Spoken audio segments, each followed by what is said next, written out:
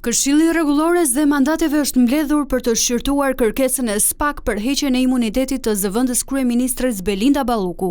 5 anëtarë nga Partia Socialiste dhe 5 nga Partia Demokratike nisën zyrtarisht mbledhje në kuvend, ndërsa pjesë u bën edhe prokurorët e çështjes, Dritan Prençi dhe Dorina Bejko, të shoqëruar nga kryeprokurori i ri i SPAK Lodian Braho, si dhe avokati numri 2 të qeverisë, Ardian Kalia.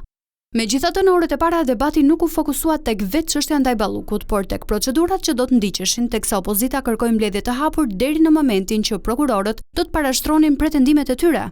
Kjo u refuzua nga mazhoranca me pretendimin se mbledhjet janë zhvilluar gjithmonë të mbyllura. 4 orë nuk mjaftuan për dakordsi, ndërsa një tjetër kërkesë solli debate në mbledhje.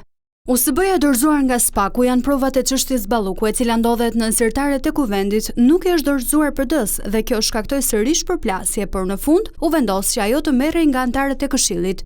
Ndërsa avokati i Ballukut kërkoi 3 javë kohë për të njohur me prova, të cilat janë një material voluminoz me 10.000 faqe, por prokuroria dha një afat maksimal prej 5 ditësh. Palët rënë dakord për shtyrje të mbledhjes së Këshillit të Mandateve dhe Imunitetit, por nuk dihet ende se kur do të mbahet mbledhja e radhës. Opozita ka kërkuar që ajo të zhvillohet të hënën, ndërsa Partia Socialiste kërkon që të shtyhet deri në janar. Këshilli i Mandateve dhe Imunitetit duhet të shërtojë provat dhe të hartojë raporte, të cilat do të kalojnë në seancë parlamentare. SPAK e ka marrë të pandehur Belinda Ballukun për tenderin 190 milion euro të tunelit të Llogaras, ndërsa po e heton edhe për 7 lotet e Unazës së Madhe 450 milion euro.